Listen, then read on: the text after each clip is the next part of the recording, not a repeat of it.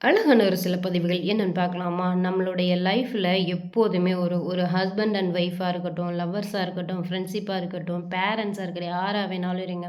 So ஒரு பேராக இருக்கீங்க அப்படின்னா, என்றைக்குமே தேர்ட் பர்சனை வந்து உங்களுடைய ப்ராப்ளத்துக்கு உள்ளே கொண்டு வரவே வராதீங்க. அது நிச்சயமாக என்றைக்காக இருந்தாலும் ஆபத்து தான்.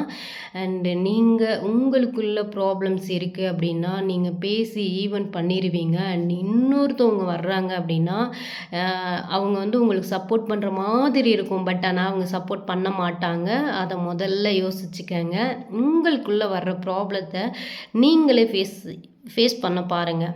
அண்டு 3வது ஆளாக ஒருத்தவங்கள கொண்டு வந்து இவங்க சரி பண்ணிடுவாங்க அப்படின்னு நினச்சிங்க அப்படின்னா, அந்த ப்ராப்ளம் பெருசாகுமே தவிர என்றைக்குமே சரியாகாது. உங்கள் 2 பேரால் முடியாத ஒரு விஷயம் எப்படி இன்னொருத்தவங்களால் முடியும்? நிச்சயமாக முடியாது இல்லையா? ஸோ உங்களுடைய லைஃப்பில் நீங்கள் நிறைய விஷயங்களை கடந்து வந்திருப்பீங்க. அதாவது ஹஸ்பண்ட் ஒய்ஃபாக இருக்கட்டும், லவ்வர்ஸாக இருக்கட்டும், ஃப்ரெண்ட்ஷிப்பாக இருக்கட்டும், பேரண்ட்ஸாக யாராக வேணாலும் ஓகேங்களா? உங்களுடைய லைஃப்பில் எவ்வளவோ நாட்கள் கடந்து வந்திருப்பீங்க, கஷ்டங்களை கடந்து வந்திருப்பீங்க, சந்தோஷத்தை கடந்து வந்திருப்பீங்க, எல்லா விஷயங்களையும் ஓகேங்களா? இதெல்லாம் கடந்து வந்து உங்களால் ஒரு பிரச்சனை வருதுங்கிறப்போ ஏன் 3வது ஆளாக நம்ம தேடணும்? தவறு தான் இல்லையா? அப்படி 3வது ஆள நம்ம தேடும் பொழுது, அவங்க சரியான ஒரு பாதையில போற மாதிரி தான் கொண்டு போற மாதிரி தான் இருக்கும் நம்மள. பட் ஆனா, யோசிச்சு பாருங்க. என்றைக்கோ ஒரு நாள் யோசிச்சு பார்ப்போம். மத்தவங்க சொல்றத கேட்காம நம்மளுடைய லைஃப்ல நம்மளே ஒரு முடிவ டிசைட் பண்ணியிருந்திருக்கலாம். இல்ல அப்படின்னா, நம்ம யோசிச்சு பண்ணியிருந்திருக்கலாம்.